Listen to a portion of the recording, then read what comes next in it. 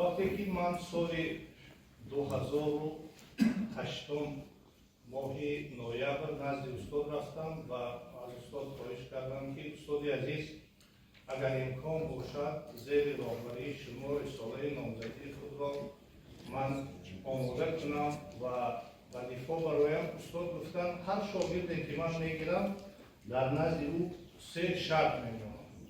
اگر همین 3 شرط را شما رعایت کرده توانید پس من میتوانم راهبر شما باشم. یکم تو باید شخصی و تندرست باشی. دوم در اساس هدایت‌های پیشوای ملت محترم امامعلی رحمان فعالیت خود را برآورده. سوم به مهنت صافدلانه خود رساله را نویسید و خوشبختانه این هدایت‌ها بود که امروز با راهبری استاد ما توانستیم دکتر علم حقوق‌شناسی گردیم. واقعا خدمت‌های استاد در سمت علم حقوق‌شناسی بی‌نظیر است. امروز هر نفری که از اختصاص 12/99/03 محض از حقوق سویکاری رساله نامزدی یا دکتری دفاع میکند، با کمک استاد یا مؤسسه تدریس دهنده یا مقرران رسمی یا تدریس دهنده برتری خیرات از جانب دولت‌های خارجی تامین کرده میشود.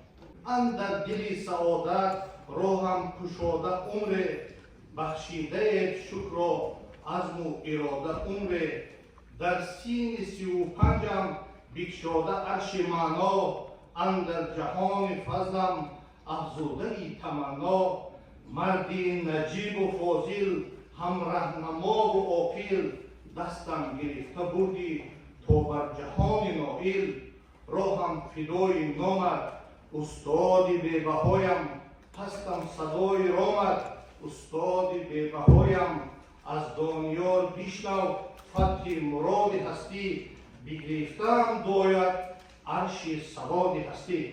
تبریک تو را که سبز و نومیلادی فرخنده بشارتی و فرخزادی 100 سال دیگه خدا به ما بخشد کاش امکانی خجسته مبارک بادی. مبارک